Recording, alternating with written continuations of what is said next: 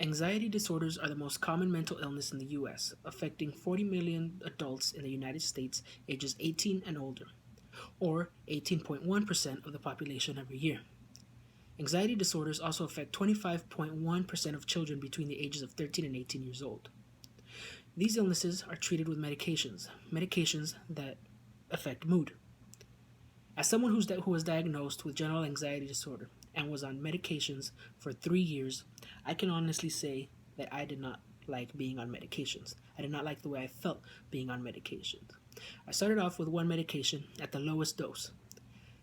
Now, as my body adjusted to the medication, the more my doctor prescribed. So the dosage started going up and up and up. Then, when I maxed out on one dosage of one medication, the doctor added a second medication. So then I was on two medications for anxiety.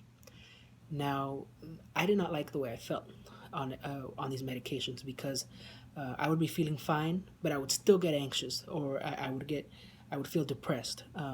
I did not like the way my mood was. My mood was not stabilized while on these medications.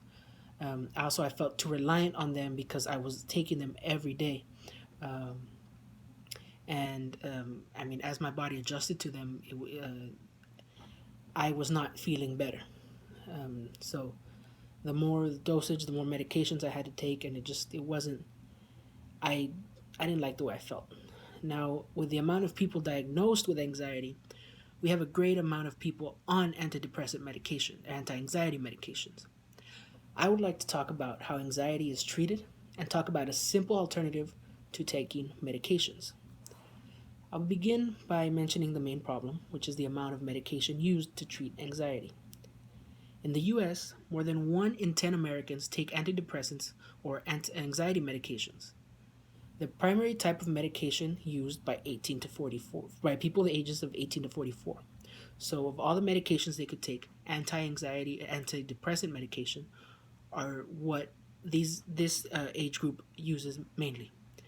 Um, there has been an increase of people on these medications. Between the years of 2001 to 2010, there had been a 22% increase in people taking antidepressant slash anti-anxiety medication. Now, the four major classes of medication used in treatment of anxiety disorders are selective serotonin reuptake inhibitors, also known as SSRIs, serotonin norepinephrine reuptake inhibitors, SNRIs, benzodiazepines, and ketamine. Benzodiazepines is a class of drug frequently used for short-term management of anxiety. Benzodiazepines, which consist of alprazolam, clonazepam, diazepam, and lorazepam, all the PAMs, are highly effective in promoting relaxation and reducing muscular tension and other physical symptoms of anxiety. Long-term use may require increased doses to achieve the same effect, which may lead to problems related to tolerance and dependence. Due to the natural process of building a tolerance over time, a person will require a higher volume of benzodiazepines to reach the familiar high. When the abuse stops or the familiar dose is significantly cut down, withdrawal symptoms will emerge. Benzodiazepine withdrawal can be particularly dangerous and even life-threatening. So people can get addicted to benzodiazepines, and when they go through withdrawals, it can be very dangerous, like any other hardcore drug. The other drug that can be used for recreational use is ketamine. Ketamine can lift depression in hours or even minutes, much faster than the benzodiazepines, or the most commonly used antidepressant medications available today. They often take weeks to take effect. Those often take weeks to take effect. Also, the antidepressant effects of a single dose of ketamine can last for a week or longer, but it also has properties that make it a potential drug for abuse, which limits its usefulness as a depression medication.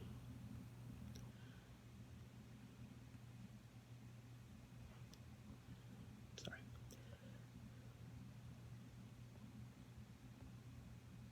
Now that the problems of anxiety medications have been addressed, I will now talk about the benefits of music in the treatment of anxiety.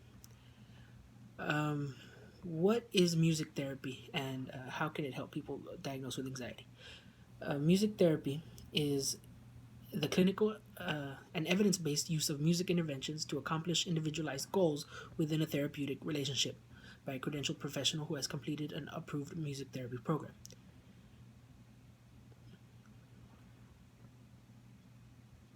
Music therapy is used in many ways. It can be used for depression, for anxiety. Personally, I have an aunt who works at a nursing home, and she says that they use music therapy for the residents of the nursing home to help them remember when they have anxiety where when they have Alzheimer's or dementia. So music therapy is very well renowned for helping all sorts of mental health patients. Um, now, I will explain how to create a therapeutic playlist. Um, Something that if you don't have a professional, at least you can do this on your own.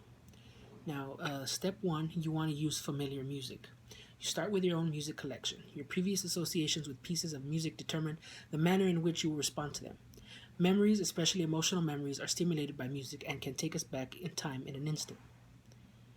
Um, you need to trust yourself and how you believe songs will make you feel. Once you identify what it is about music that makes you feel a certain way, you might want to supplement your current collection by finding new music that contains similar characteristics. Step two, you want to use music you enjoy. There's no sense in using just random music that your mom or your brother, your child, your friend makes you listen to. You want to use your music. If you can't stand it, don't use it. You know what you like and should be able to find enough variety within your preferred music to match different moods. You also want to find music that speaks to you. As humans, we are constantly striving to be understood. This could explain why we tend to enjoy music that we find relatable or music that speaks to us in some way. Songs can validate our feelings and actually provide comfort when they match our mood. For instance, listening to sad music actually causes our brains to produce the same neurochemical that is released when we cry. This chemical, prolactin, helps to elicit feelings of comfort, meaning that listening to a sad song when we are feeling down not only provides empathy, but it is causing our brains to start to try to make us feel better. Step 4, match your mood. Think about how you feel right now. How fast are you moving inside and out? Is your heart racing? Are you feeling sluggish? Are you feeling heavy? How fast are you breathing? Before trying to change your mood with music, you will need to match it. This is easier done when you consider different musical elements. Tempo. It's easy. You pick the piece of music that matches your heartbeat, your breathing, and how fast you feel you are moving. Volume. Are you feeling loud or soft? If you are overstimulated and feel like you need to turn everything off, first find the music that matches your current state. It might be loud and chaotic. Perhaps you're lacking energy and motivation and things around you are quiet. Find a song with soft lyrics and instruments. Keep in mind that soft and slow do not always go together, and neither do loud and fast. Consider music without lyrics. This is step 5. Song lyrics leave a little less up to the imagination because someone else's story is being told. When lyrics are included in a piece of music, more of our brains are used to process these lyrics. They might also stimulate other memories. If you are using music for the purpose of trying to relax, you want to allow your mind to wander without consciously focusing on the music. This is more challenging when lyrics are involved.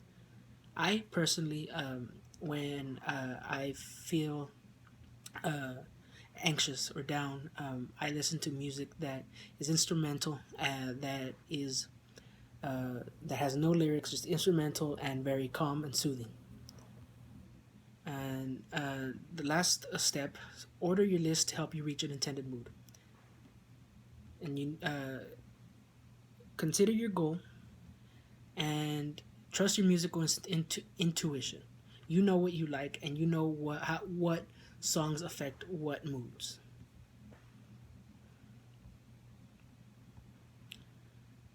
Now, as I end my speech, I leave you with a simple idea that we can change the way we deal with our mental health. Music therapy is a great alternative to taking medications in order to treat anxiety. I talked about the benefits of music therapy and how it can be better and safer than taking medications. Alternatives to medications can help all people, especially those with anxiety and or depression. As a society, we have become too reliant on medications and don't look for alternative treatments for ourselves. By trying different ways to treat anxiety without medicinal help, we can change the way we treat these diagnoses.